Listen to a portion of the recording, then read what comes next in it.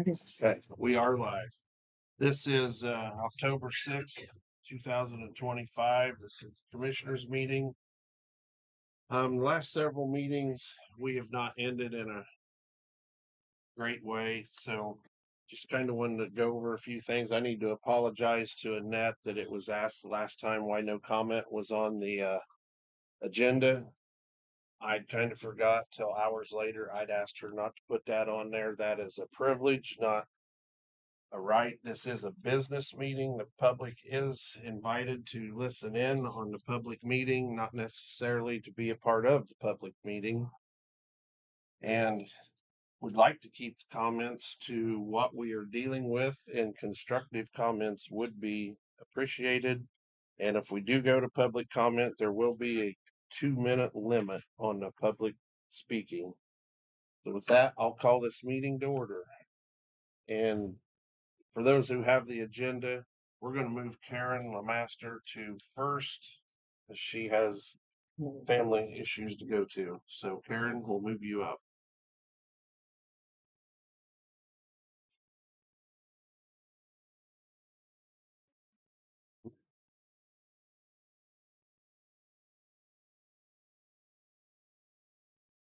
Okay. We're going to open bid for assessment.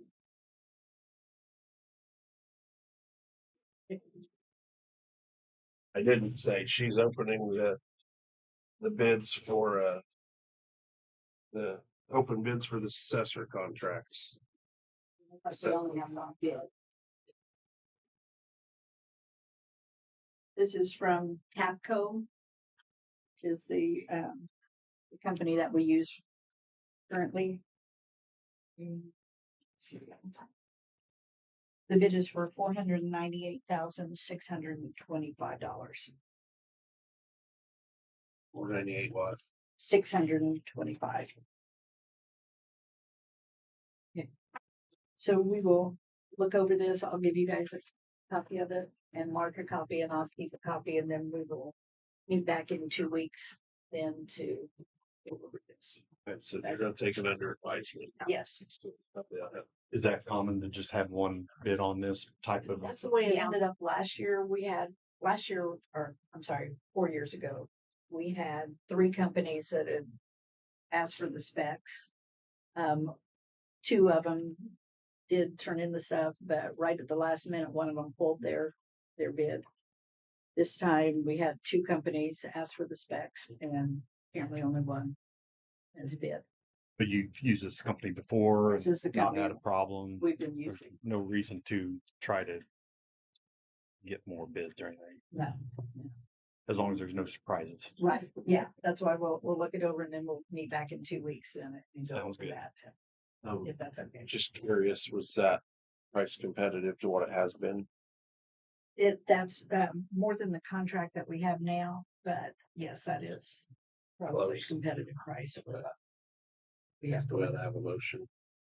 Motion to table until they review it. Take it under advisement. second. Been a motion and a second to take the bid under advisement. So all in favor, say aye. Okay. Aye. Thank you. Thank you.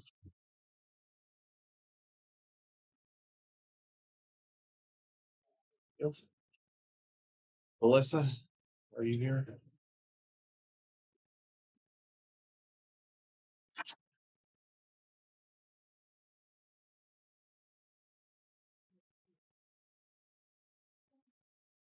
Hey.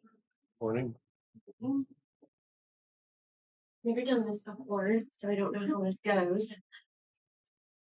Try to be gentle. Okay.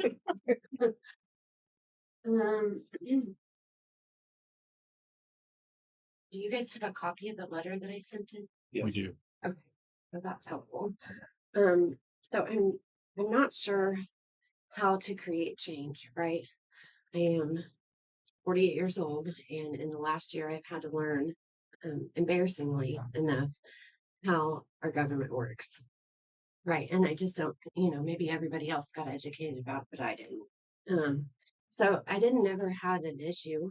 I'm a renter, and I rented at 3191 South Charlton. And they are homes that you would never think would have mold. And when there was a mold issue discovered, my immediate reaction was to contact the local health department to gain assistance when I wasn't getting resolution from my landlord. And that's where the trouble began. And then I didn't find out until later how it should have went.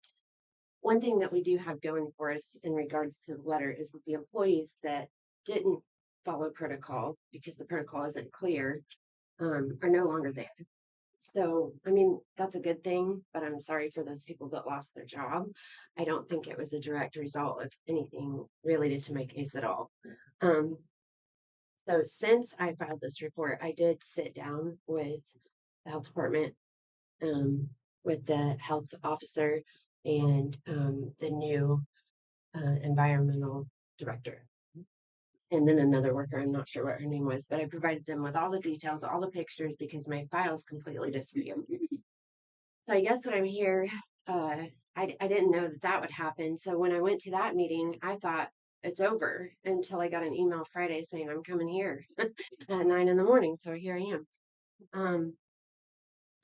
So what I have found in my discovery is that Miami County does not have a clear protocol on what to do when a mold issue is reported in our county. And then there lies a bigger issue, which I have been dealing with Ethan Manning's office, to potentially create change in the legislative process to put it on the record. Currently, mold is not considered a habitability issue explicitly. It lies in the gray area of landlords are required to provide a safe and clean and free of hazards home.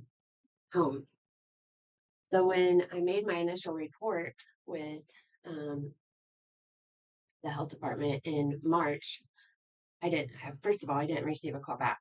So then in April, when I contacted them again, I received no response. And then in April, when I contacted them and I got my call back, they said there isn't anything they can do unless I have a diagnosis from a medical professional related to mold. And at that point, they stated we would contact the state and have them come and do testing. I only have one. I didn't think to make more than one, but if you don't care, I can just read it. I can provide a copy and you guys can make copies. Ethan Manning's office provided me the missing piece, right? They contacted the Indiana Department of Health for me. And it says, and I'm just going to quote here. He said, "I hope your week is going well. So far, I heard back from the Indiana Department of Health, and this is what they shared with me." And then he put that in the quote. "The mold sampling in question was conducted at the request of the local health department by our staff back in May. For mold complaints in residences made to local health departments, we only do sampling if no mold is visible and the complainant's doctor has recommended it." And the key part there is no mold is visible. So when I contacted them in April, right, they were wrong. They were wrong right there when they said, we can't do anything for you unless we have a medical diagnosis. And that's not true. So what should have happened, and we discussed that, was someone should have came and took a look, laid eyes on it, right? Like, that's your job. If it was a business, it would have happened right away. And just since I've moved and had surgery, like the Monroe County government buildings got shut down for half a week because they found mold. It's toxic, and unfortunately, we have no protocol. We have, something's got to. So my work with them was, let's create a protocol. This is what you should have a thing where the workers, even if you've got a high turnover, it sounds like, then they should have somewhere like, this is what we do when we get a mold complaint. And the only thing they said was, well, it's been so long since we've even had one. Well, that's not a good enough excuse for me. So it left me in this gray area alone, right, fighting with the landlord. There was mold in the HVAC. It was first discovered in a bedroom window. Then it was discovered in some drywall in the laundry room. Then it was discovered inside the HVAC unit, which means that's what was keeping me sick. I had to have a sinus surgery. And that's really just besides the point. My point is they need to create this protocol. So in the meeting that I had with them, That's what they said they're going to work on. Unfortunately, there's still new people that moved into this duplex and nothing's been done, which I'm out of. And I told them that. I said, what you do with that information is you do what you got to do. I think it's unfair that there's children and a family living in a home that currently had visible mold inside of the HVAC. So the guy from the Indiana Health Department is saying, when there's visible mold, there's no need to test. And the reason why he said that is because of the type of testing they do. It's air sampling. They do not provide specific species of mold. They just go to detect if there is mold. And the reason why they don't need to do the testing if there's visible mold is because there is. We don't need to test to see. We can see it with our eyes. The previous director, I'm not here to name names, never came out. She did receive pictures and videos. And if you guys are interested, I have some copies I could leave, but the health department already has those. I don't think it's really, that you guys would need them. I did have a very linked because my files went missing. Imagine that. They couldn't find anything. So I did meet with them and I provided them with everything. And I'm going to continue working with Ethan Manning's office to put forth language to include it in the Indiana code. So there's like electrical, plumbing, HVAC, there's all kinds of specific things that a landlord's duties are to provide a home. And then there's this gray area of the warranty of habitability. And that's right now where mold would fall. Which is unfortunate because there's so many people that are sick. And then you can go down a rabbit hole of EMFs, Wi-Fi, 5G. It actually accelerates the growth of mold and what does every home have and what do we have? And it's, so our health department, which is there to serve and protect our communities and the citizens of that community, especially in a town where we have a lot of older homes, we have a lot of landlords and rentals, where are they being held accountable so that people don't get sick and children are sick? Because if it was a public building, for example, Monroe County government buildings, they were shut down, right? If it's a business, if it's anything other than a residential home, and they are required to do something about it. But if it's a residential home where we're spending a majority of our time with our children, they're not. So I was working with the health department saying, we need a clear protocol. This is what you're going to do when somebody makes a phone call in here. You're going to find out, is there visible mold? You're going to, and my hopes would be you would go to the house and lay your eyes on it. Before you just say on the phone, I'm sorry, we can't help you until you have a diagnosis from a doctor, of which I didn't get until May 6th. So I found it in February, right? And the doctor didn't get all the labs and sit down with me and give me the actual diagnosis on a piece of paper I could take to someone until May 6th. So back in March, they could have helped, right? They didn't, my struggle didn't have to be like it was. And then, and in my letter, I mentioned how it led to what's called a retaliatory eviction, which has since been dismissed, and that's a battle on its own, which is not why I'm here. But there is clear language now for retaliatory evictions, and Ethan Manning was a part of that language that got put in Indian code. So, yes, I'm continuing to work with his office to see if we can, I think it should be. It is a habitability concern, especially when it's in your HVAC. And as far as I know, it's still there. Sorry you had to go through all that. And sorry that we had a employee that kind of dropped the ball. So did the health department send you here that they wanted you to come here to present to us? Or No, I just so like I had dealt with them. They sent their person from the state to come and do the testing. I have kept that HVAC off since March. The previous director told me 10 minutes prior to the Department of Health, Indiana Department of Health guy, to turn on the HVAC. 10 minutes prior to him coming. He's seen visible mold, air sampling is very limited.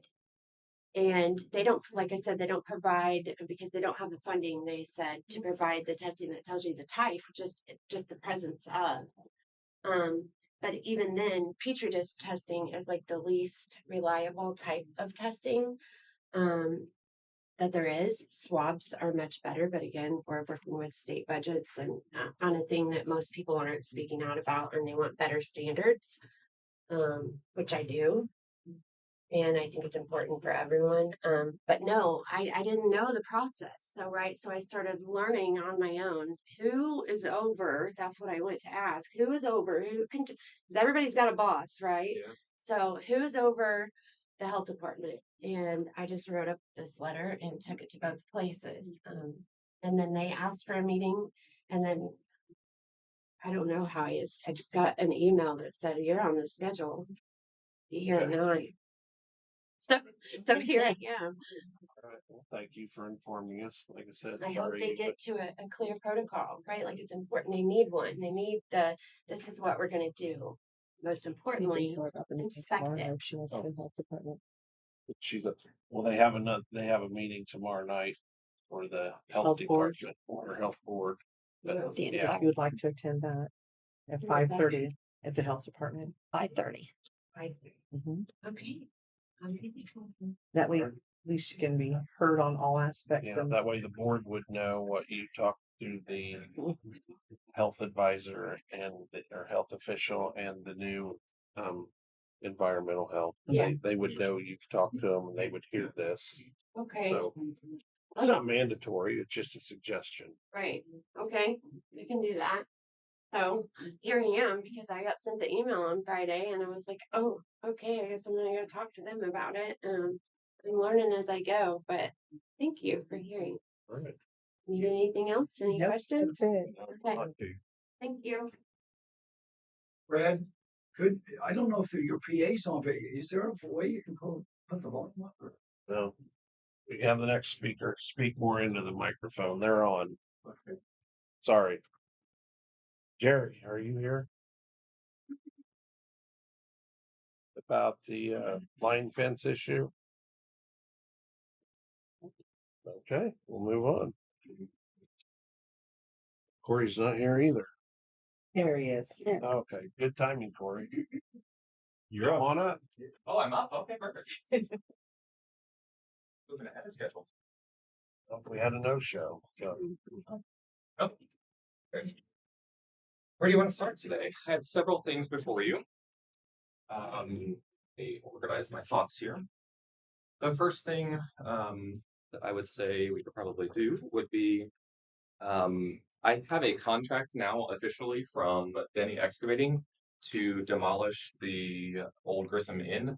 That was something I was waiting on them to sign at your last meeting, and they didn't get it in time. So they have it signed now, and I think it's one of the last steps that we need before we can move forward. So that contract is for $145,000 to Denny Excavating. I just need a signature.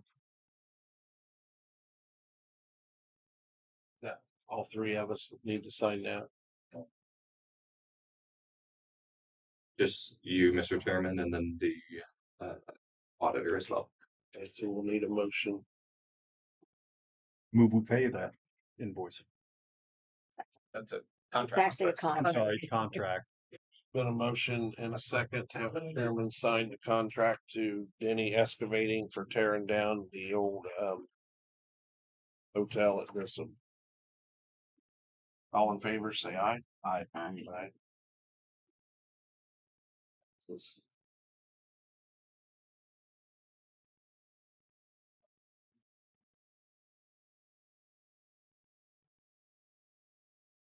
Thank you.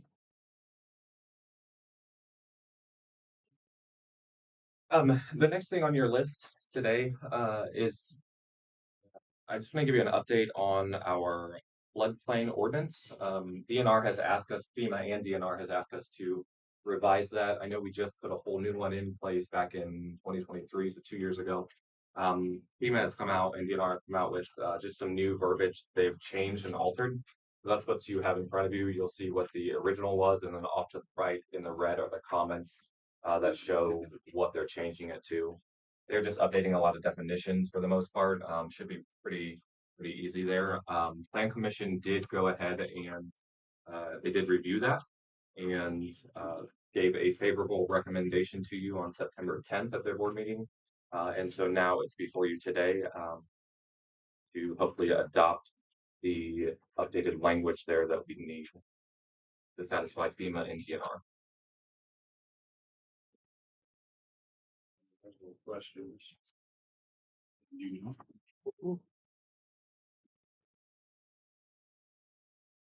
Need a motion to approve? Motion to adopt. Adopt. So moved. Second. Been a motion and a second to adopt the ordinance changes for the flood damage prevention ordinance. All those in favor say aye. Aye. Aye. Going along with that, I did have, that was just about a month ago. I did have a sit down meeting with DNR. Their representatives from the state came and we did a 5-year audit of all of our floodplains and floodplain permits just to make sure that everything's on track here in the county. After about 2 hours, I'm happy to report that we are on track. They did not find anything out of place, which Sorry, guys. was a good thing. So that's a big relief and weight off of my shoulders. I am also working with the town of Amboy right now to adopt their floodplain ordinance as well. For some reason, they're not under the county. I don't know. DNR was confused about it as well, but we're getting them back on track as well. And then, so that'll be coming before you here soon. And then the last step will be coming here, hopefully towards the end of the year. Just some of our accreditations that I have had to get in the courses that I have taken as a floodplain administrator. And then some of the higher regulations that we have put into place through our flood damage prevention ordinance allow us to qualify for a program here in the county that will get some relief for those people who are affected and have to pay flood insurance. Just because I'm educated in it, it gives them a certain percentage off every time. And so I think we can get, you start out at a level 10 and you can work down, the highest you can get is a level 7, and I'm almost at a level 8. So it'll take somewhere between 10 to 40% off their flood insurance as well, just because we as a county are doing what we're supposed to. So that'll be coming at some point. Good job. Thanks. Other thing, yeah, vacations thing. I need our BZA members first. Oh, I can do that down. The Board of Zoning Appeals, we are looking at potentially putting in some alternate board members to take the place of a board member if they are absent from a meeting. It's a 5-member board, and so it becomes pretty difficult if one person's gone. They get to push, the applicants can push. And we have been, I think it's like 6 months now that we've not had a full board here for whatever reason, work commitments, things like that, schedules haven't worked out.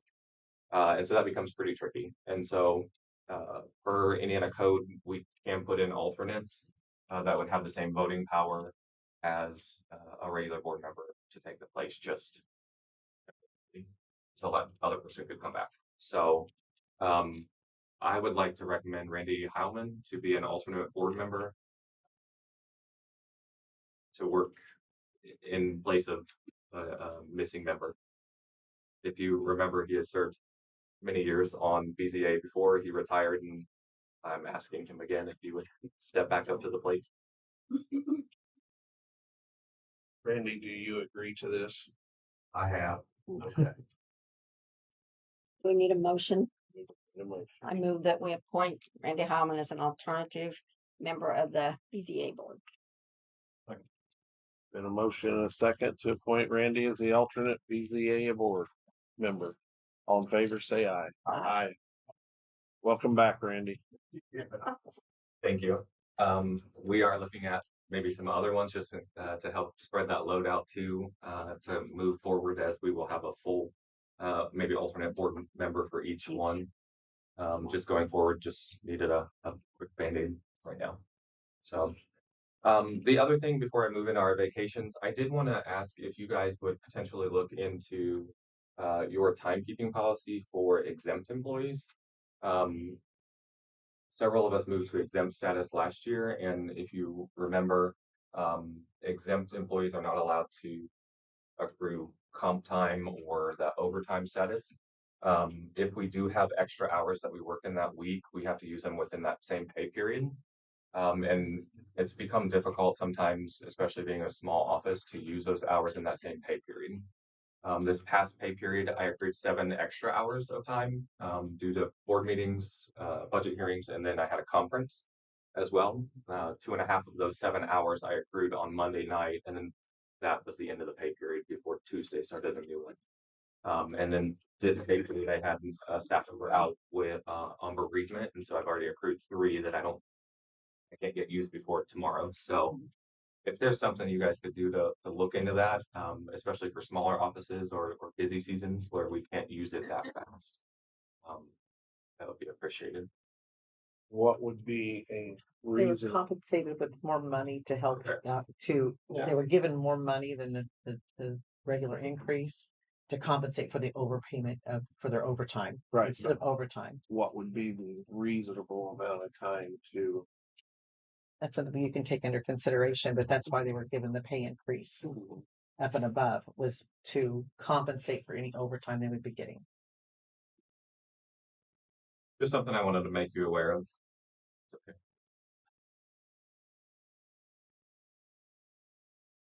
Okay. I will move into, we have 2 petitions here for vacations.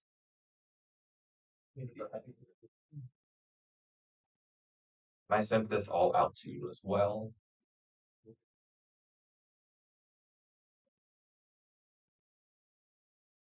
And then you will have a 4th one coming next month as well.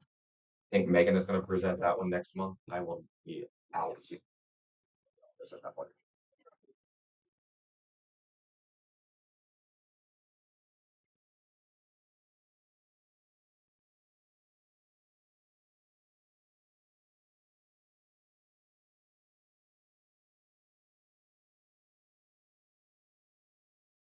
While that's loading here, I'll get you the papers.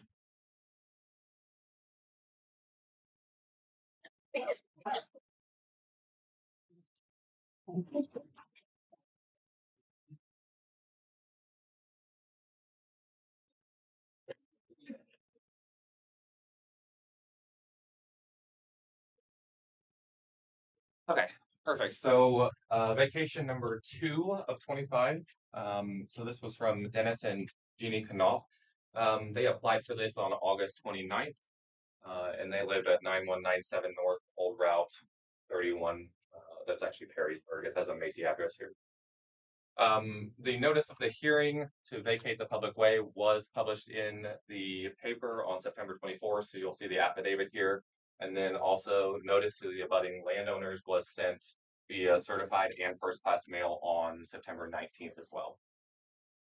The Knopfs are looking to vacate the 16 and 1/2 foot east-west alley between lots 23 and 26. The 16 and 1/2 foot alley, east-west alley between lot 24 and 25, and the 16 and 1/2 foot north-south alley between lots 25 and 26 of the original plat of the town of Perrysburg.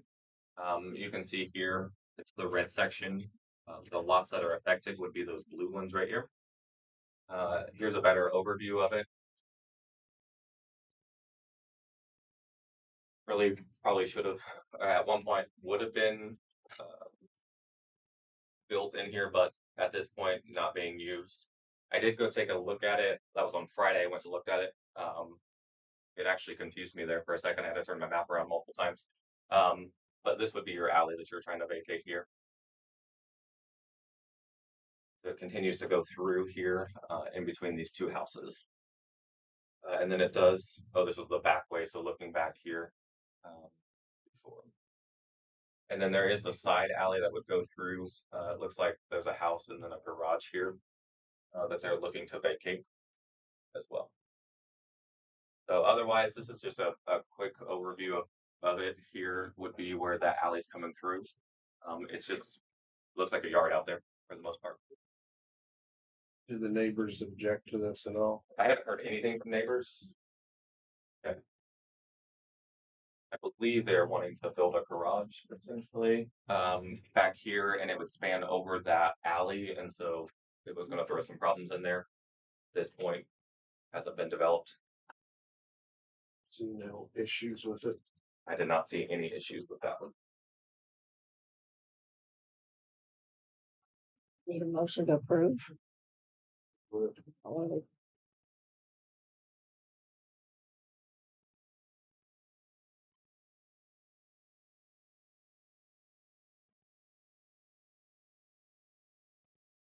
I'll second that motion. Okay, there's been a motion and a second to vacate this alleyway in Perrysburg. So been a motion and a second, so all in favor say aye. Aye. Aye.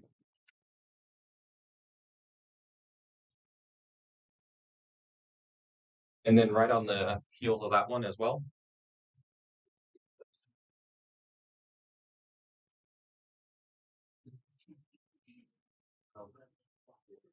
Fix this. It's on there twice. oh, I can fix that. All right. Yeah, I'll get you. I'll go for another one. Yeah.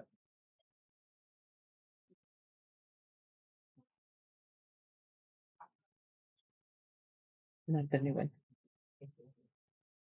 Right on the heels of that one is the other petition. This would be vacation number 3 of 25 by David and Becky Knopf. They applied on September 9th. I don't know if there's must have been something in the water because we had a lot of vacations all applied for at once here, but they're living at 9201 North Old Route 31 as well. So right there beside the other one. This notice did go, affidavit of publication is here, did go in the newspaper on September 24th. And then notice to the abutting landowners was mailed first class and certified on September 19th as well. They're looking to vacate the 16.5 foot north-south alley between lots 17 and 18 and the 16.5 foot north-south alley between lots 23 and 24 of the original plat of the town of Perrysburg. So you'll see it's in red right here, and then these are the affected lots there in the green. I did think it was fun that Perrysburg is spelled with an H, even though we don't typically spell it with an H, but on the original plat it is. So fun little history moment. Here's the alley that we're looking at. You just vacated this piece of it, so it would make essentially that extra cross there. So again, I did take a look at it. It looks pretty much just like a yard right now. I didn't see any problems with this vacation at all, and I haven't heard anything from any abutting landowner. Just curious, looking at these maps, you are going to vacate 3/4 of that alley. Is there a reason not to vacate the rest when you had the two together? South part. To the south, so it'd be between, so we'll still have an alley between Oh, this one, 31 yeah. and 32. I just went off of what was petitioned. Okay. I didn't do anything. I probably, didn't even think that far ahead. Probably should have. Maybe Neither those here nor landowners, there, maybe they want to keep it or Okay, keep an that's alley fine. there, but I mean, if you would like me to look into that, I can look at. No, I'm vacating the rest of it. just to note that it's 3/4 going to be shut off. So there are a lot of alleys in these towns that probably don't need to be there. But Yeah. unlike the one we tried or looked at last meeting, there isn't a roadway that's maybe not accessible because of this. So there's still accessibility. So I have no issues with any of this.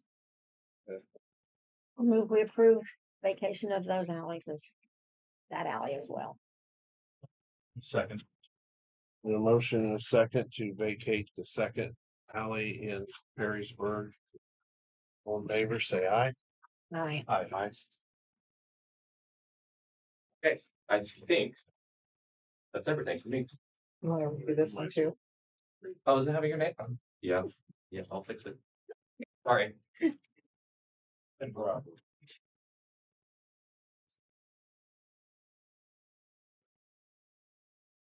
Carrie.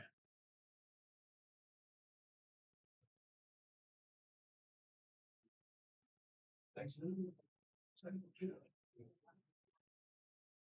Morning. Morning. Morning.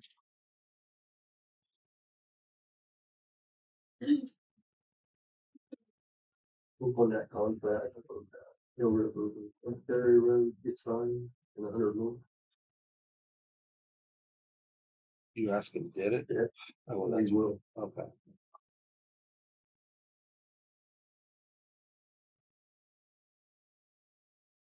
Did everybody hear you? Okay. Did they hear you? Okay. Cause I barely heard you. You can talk about.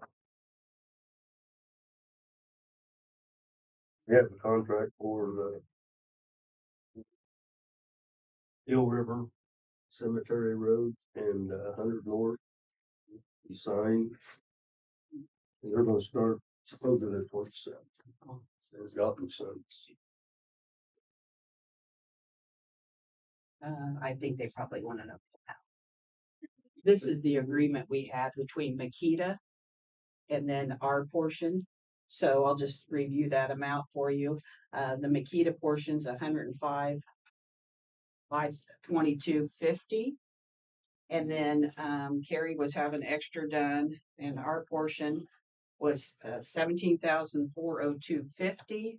But then he added 100, no, Eel River Cemetery Road to 24, which was $63,023.75. So we just need this contract signed, if we could, by the Board of Commissioners and approved.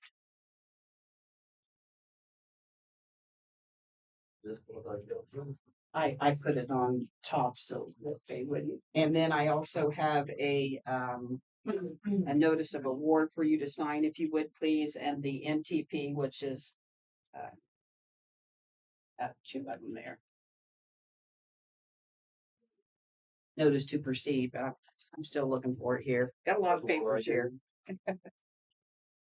So to clarify with this contract for Gaunt, Makita is going to pay for it, but the county is going to pay for it, but Makita will reimburse the county Correct. over 2 years. December of 2027, they'll be their last payment Okay. by then. Correct.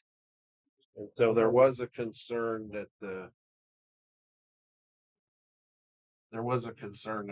Makita was contracting the county, but this is not the case. Gaunt We is, did talk to that person. you what?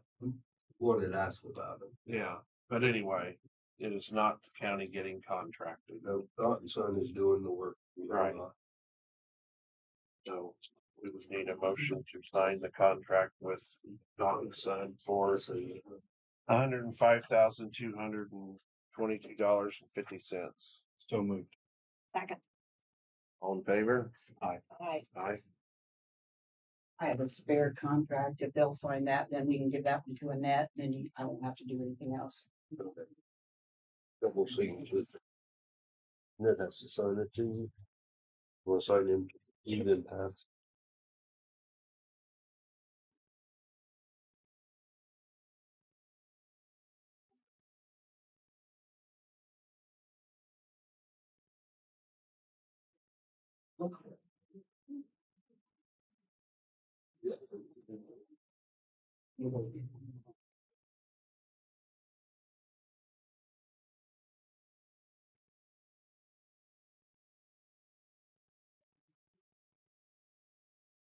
Everybody hear us out there when we're talking into the mic? I just hear you. Yep. Okay. All signed up there.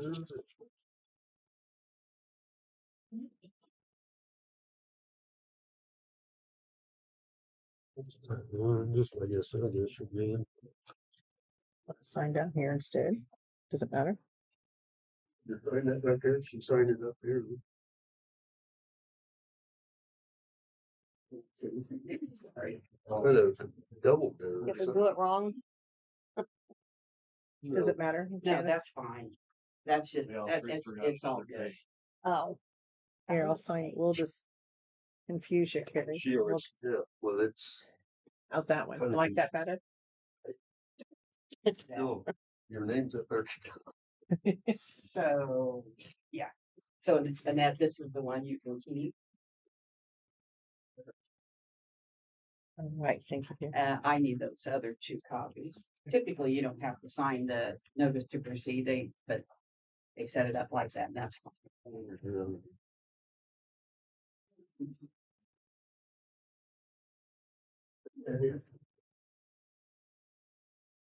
Here's one of the other ones. I just with that last, You guys, I just, she's signing something else. No, I was making a note. yeah, I gave you one and gave her.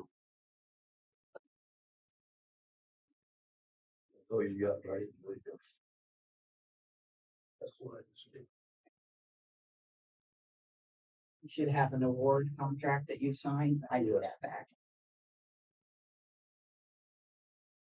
That one here, need that back. Trust me, I've done this enough to, thank you. As long as you know it. Yep, I do. Most of the time. Thank you.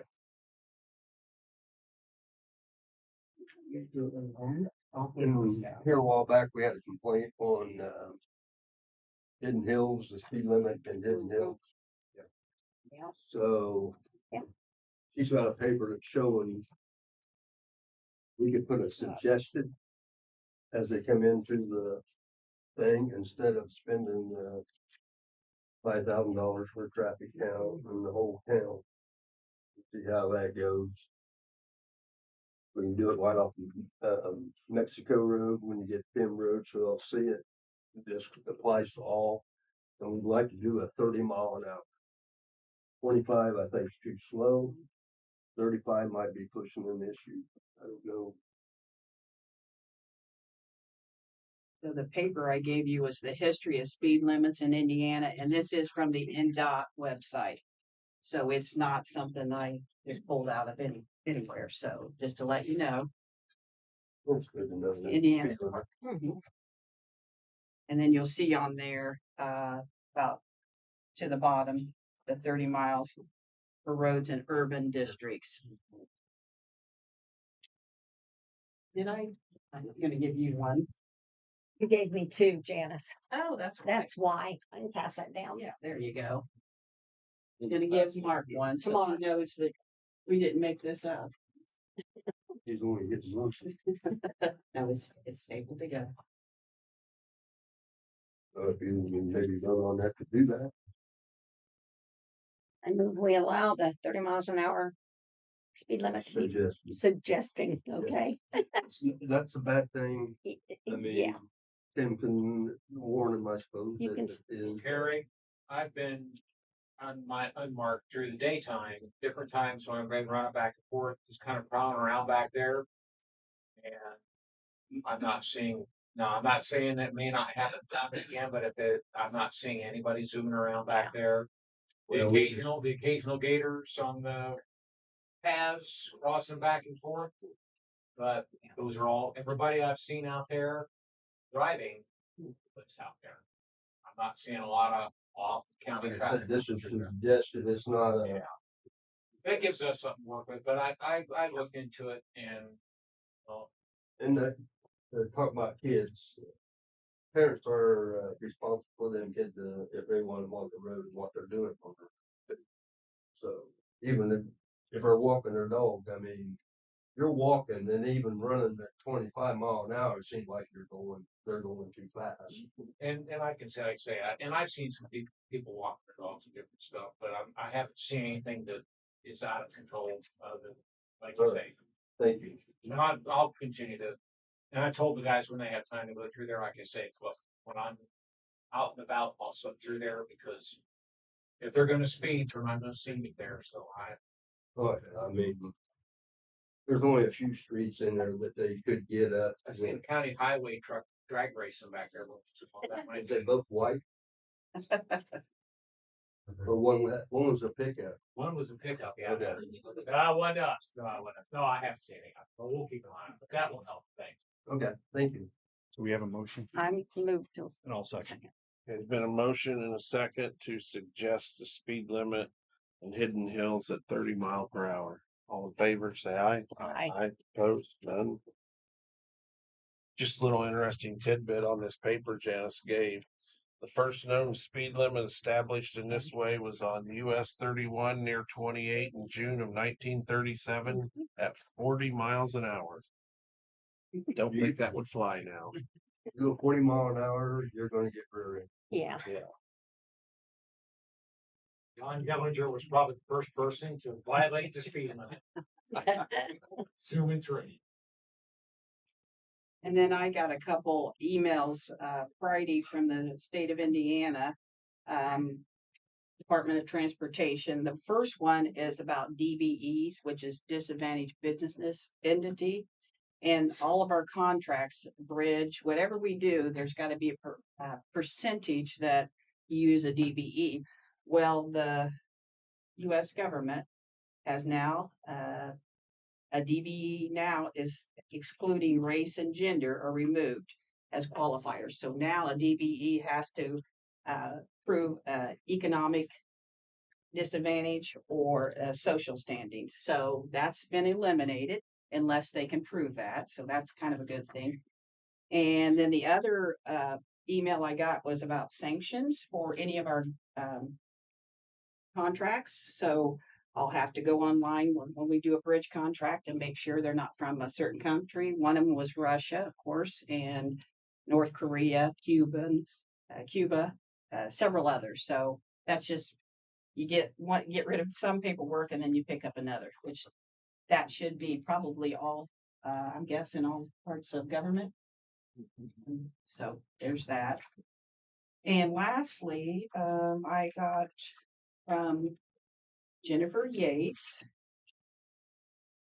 and Debbie Wally has invited for me to be on the homeless task force over at Resource Center. And the meeting would be first Wednesday of every month from 8:30 to 9:30. It's, like I said, the Community Resource Center. And I told her I would take it to the Board of Commissioners. The list is here. And it's just basically a task force to see what we can do in our community, pull together to address this problem. I told them I would have to ask the commissioners. I don't have any problem doing this. Anything after hours, of course, would be my own time. But this would be one Wednesday a month if you approved for me to do that. I have no problem with it. I think since you're the ADA compliant person, that makes perfect sense that you would be one to represent. So I make a motion to approve. I'd be agreeable. Second. Been a motion and a second to approve Janice the time to go to first Wednesday of the month for an hour to be on the homeless task force. All in favor, say aye. Aye. Aye. You guys got anything for me? 16 is done. Is there any? I need to get up there and look at, Okay, I sent in what we've done so far. I think I'm gonna see what all they'll do. I'm gonna go look and I will get back. I told her, I said, once it's open, then I wanna look at it again and see if we need to do more. So, will that be you doing the work or will the state come and do the work? I'm assuming that they would pay for the materials. And I don't know unless they got somebody coming down to work on that bridge or pave over that bridge, whatever they're gonna do. Did they already fill it in? I guess I haven't been there. Yeah, it's Blacktop and all. done. Got stripes on it. Dirt work's all done. Yep. But I haven't seen any money yet from the patching that we've done, so. Stay on them. But she knows I will. Thank you. Thank you.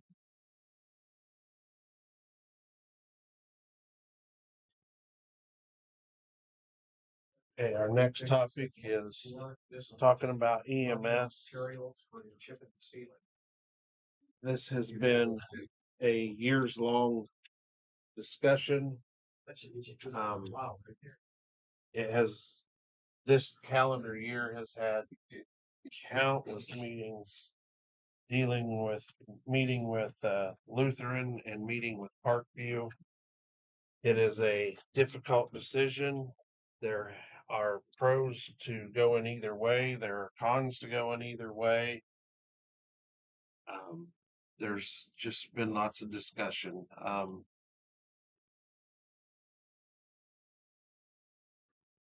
I guess, do you have comments you want to make? Well, I just feel like we have done our due diligence in this. Like you said, it is a tough position we're in, but we have to do what's right for the citizens of this county. So There is concern that if we choose Parkview, that it could be damaging the hospital. On the other hand, Parkview has agreed to take patients to Lutheran. Lutheran says that would help them, but they didn't think another provider would bring patients to them. Obviously, if Lutheran does it, they're going to take all the patients through the Lutheran system. If you go with Parkview, they will, upon request, deliver patients to Wabash, Rochester, Marion, Kokomo, Logan. Parkview is willing to put 3 ambulances to this county and a chase vehicle. And through this contract, if we decide to get out of this contract, the county would own the ambulances and the chase vehicles. Lutheran has talked about adding a 4th ambulance. What am I missing of the highlights? Like I said, Lutheran would add the 4th ambulance. Parkview is surrounding the county, so we should be able to draw from other counties if we go with Parkview. Any highlights you want to? That's the main ones, because like I said, they're going to be able to pull from every county around us, and with their system, they'll be able to work with Molly and getting the speedy responses. Not quite every county. South End is kind of shy on having neighboring ambulances available, but I think we are also going to have to find a place to house another service. Yes. Yes.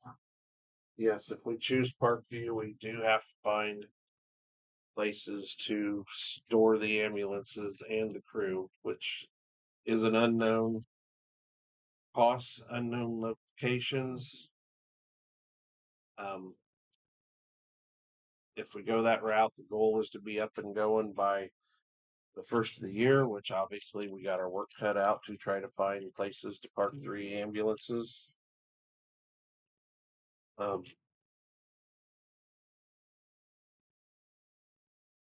There's been strong opinions both ways,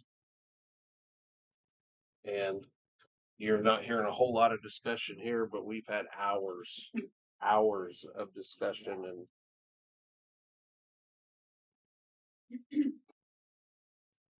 One thing about doing this is we all have differences of opinions of what's best for the county and the citizens of the county, and mine are going to be different.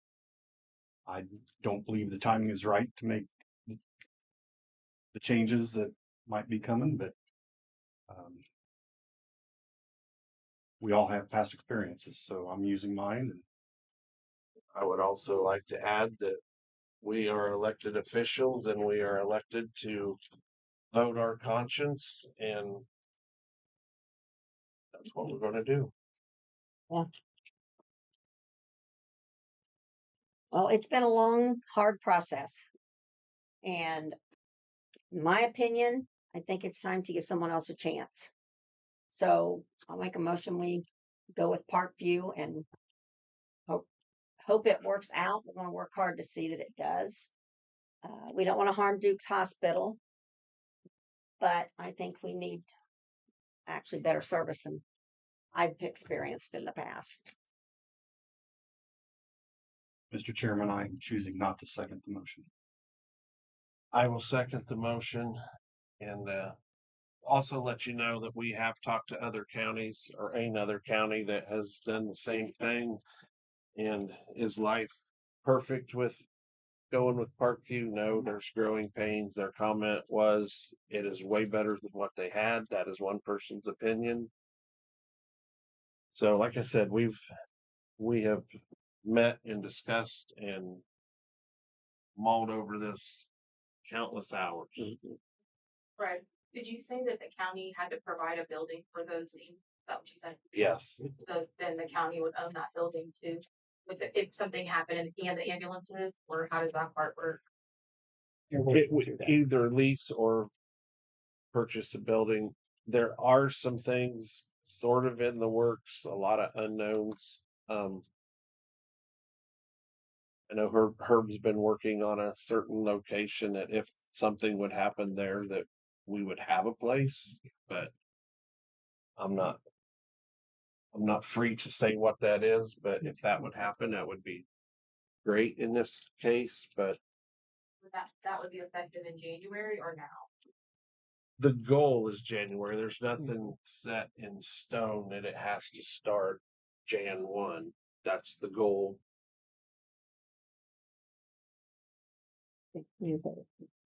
So Fred, I have a question. So how much is the city involved with this decision? Have you collaborated with the mayor and the we city have of- talked with the mayor and Fire Chief Dane. They've been in multiple meetings with us.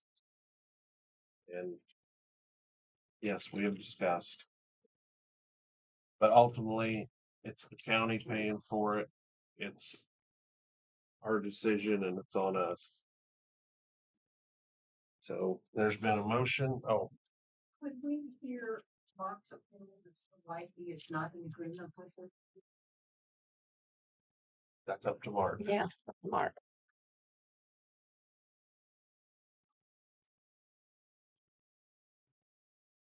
I don't even know where to start. I can talk for hours and I don't. Well, just briefly. Well, and I'm trying to choose my highlights, my concerns of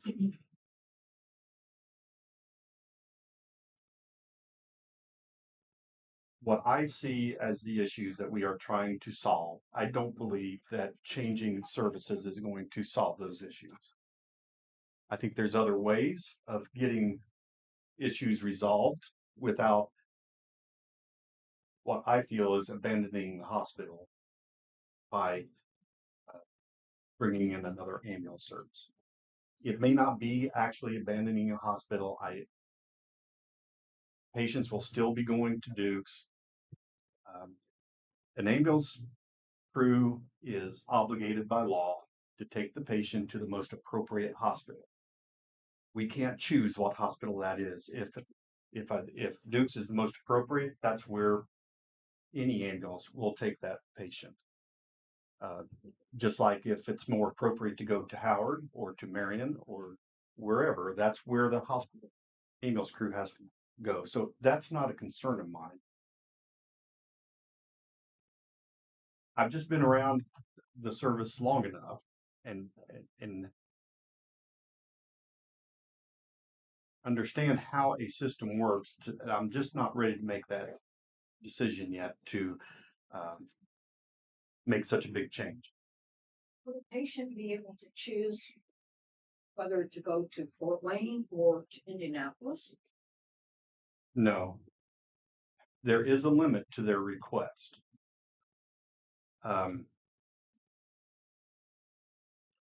And I'm going by my understanding, and I'm not an attorney, but we're obligated to take a lot of things into consideration. But to take a patient from here all the way to that, we're bypassing a lot of hospitals that have the need that patient could use. So we did that at what point? Well, I want to go to Cincinnati. Well, of course not. Or I want to go to Tennessee. There comes a limit to how far you can go by taking an ambulance out of service. But still, the concern. I need critical care and it's coronary, for example, Yes. cardiac. And I would like to go to care group in Indianapolis. I couldn't go. It depends on the condition, the after evaluating you as a patient, how bad you are, to know if that's possible or not. We would also be on the phone with a doctor and getting their suggestion as well. So once again, it'd be a lot of things, Carrie, to go into that decision. But we'd have to consider you'd be going past a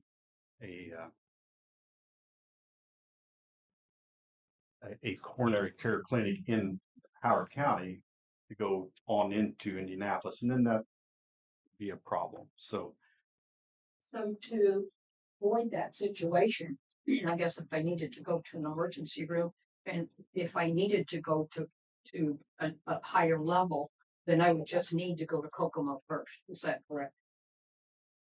it depends on the situation at the time, Well, of course. how well you're doing, what the cardiac monitor is showing the paramedic, what condition you're in. We also take family requests into it. But bottom line is we take what patient care is telling us, and then what is best for that patient at the time. I always thought that when I am sitting in a court of law, I want to err on the side of I did what was best for the patient. I didn't do what my manager or my boss thought I should. I did what I thought was best for the patient.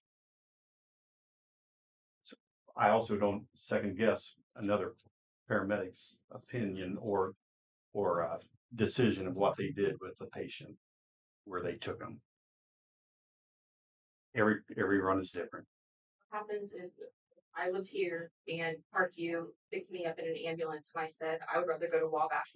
Well, are you allowed to do that, or do you have to go to? You're allowed to request. Yeah. And like I said, that's just one of the many things that paramedic would then take into consideration. They may say, you won't make it to Wabash. I need to get you to a doctor here first, get you stabilized, and then we'll take you. Or they may say, you're talking good enough to make the request. You're probably good enough that we can take you to Wabash. So that would be allowed.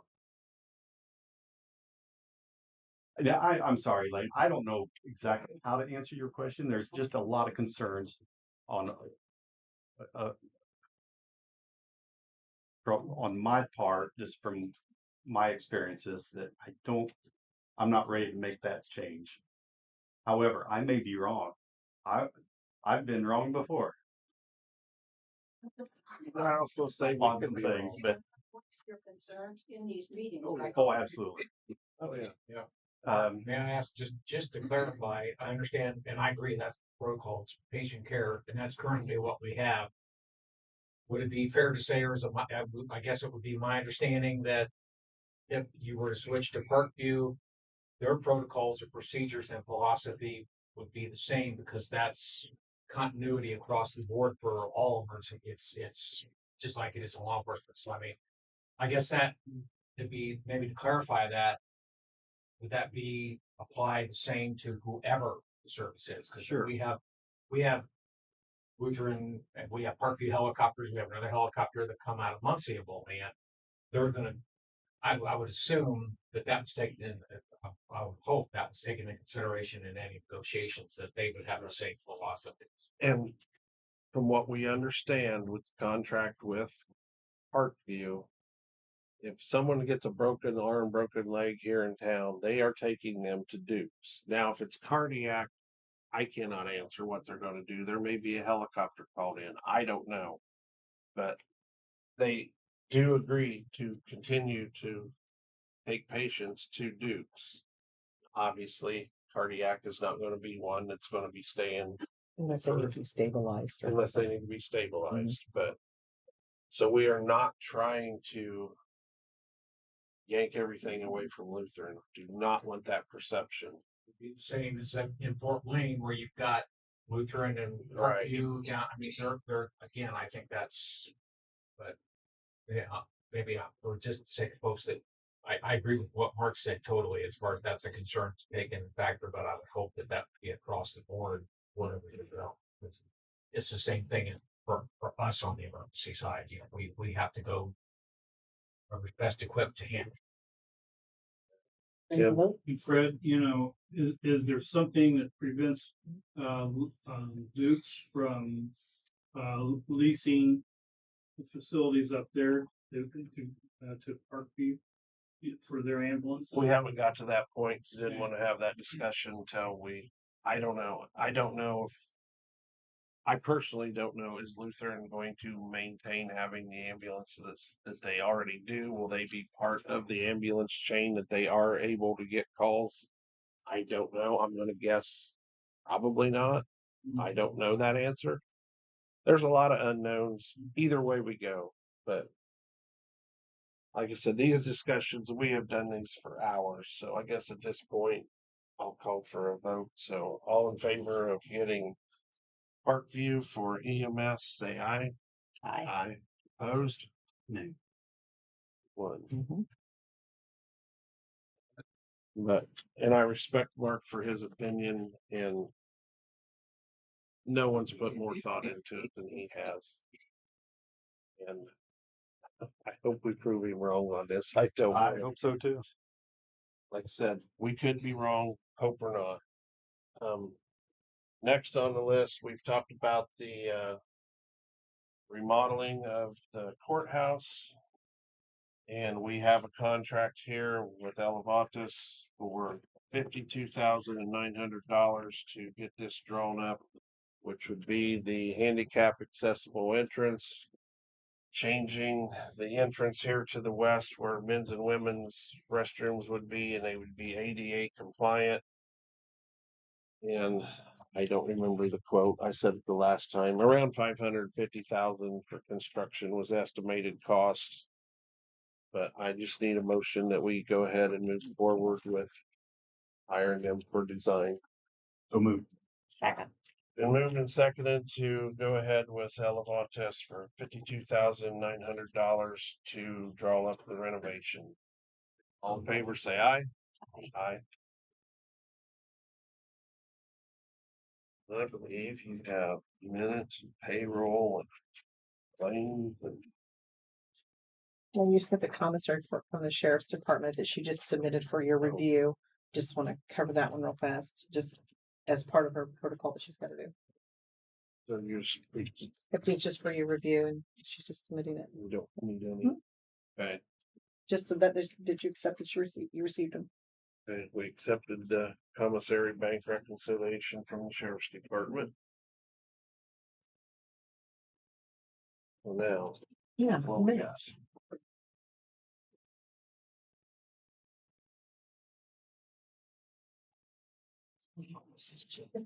Okay. Minutes. Minutes. I move we approve the minutes from September 15th. I'll second.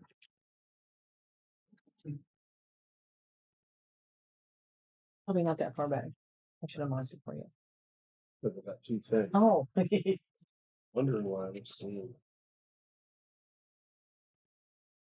Make sure you're paying attention.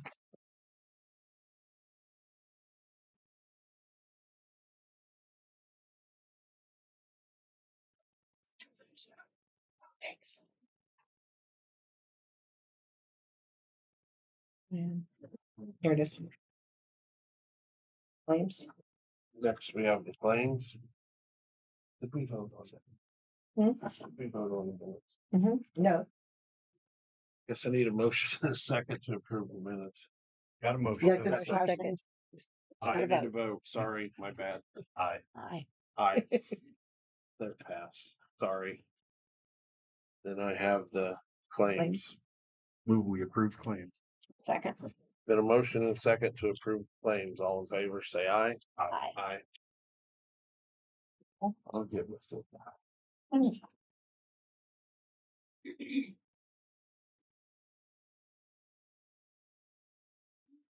We have the payroll. Move we approve payroll. Been a motion and a second to approve payroll. All in favor, say aye. Aye. Aye.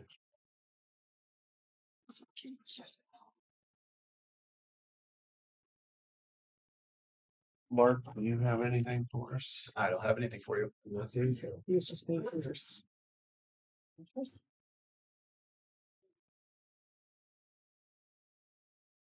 Do you have any updates or anything for us?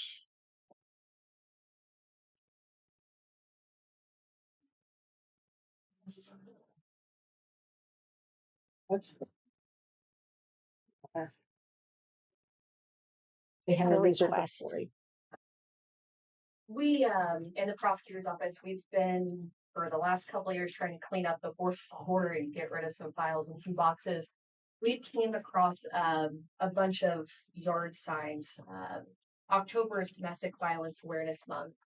We found these yard signs. I believe they say something like "Love shouldn't hurt," but it's something that in the past I think were put out on the courthouse lawn for the month of October. So before we threw them away or did anything with them, we wanted to see if it would be if you all would be agreeable to us putting those out for the month of October. I think it'd be fine. Yeah. Yes. Thank you. We have Mike. Did you want to talk to us, or you want to do it after the meeting? I'm gonna let Tim start it. I think after that. I think it'd just be a matter of clarification after the meeting between Mike and Okay, that's me, fine. because I don't think it needs to be public. Okay. We did get notified that Mary Brown has been awarded the AIC Lifetime Award Achievement. Congratulations, Mary. Congratulations.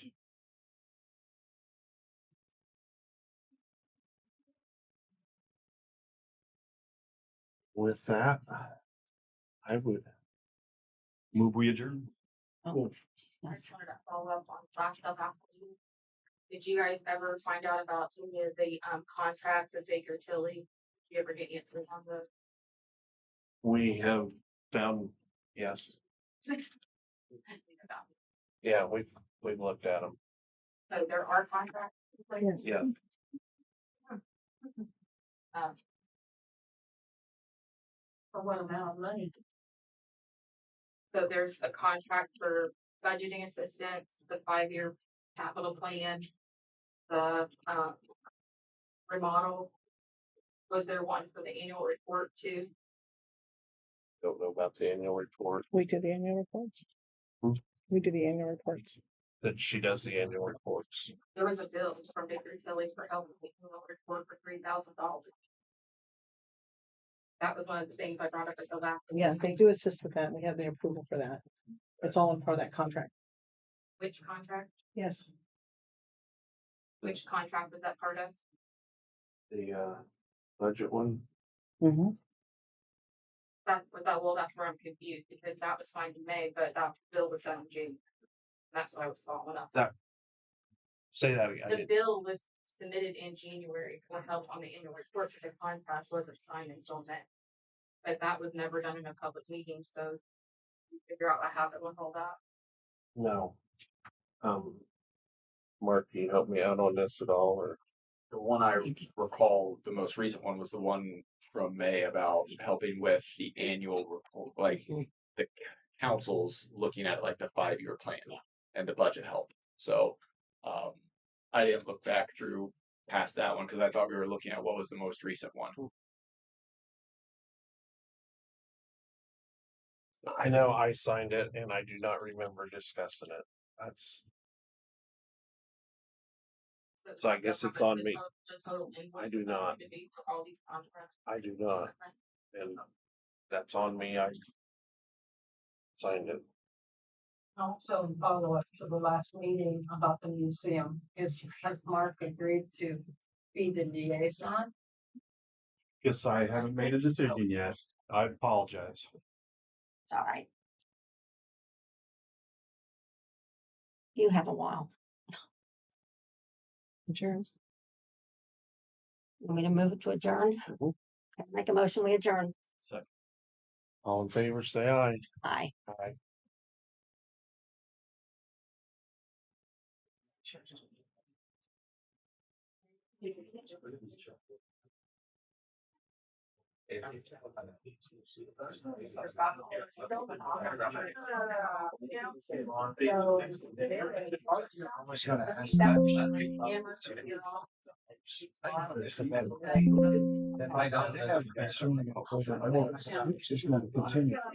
Well, we don't, let me explain something. When we asked for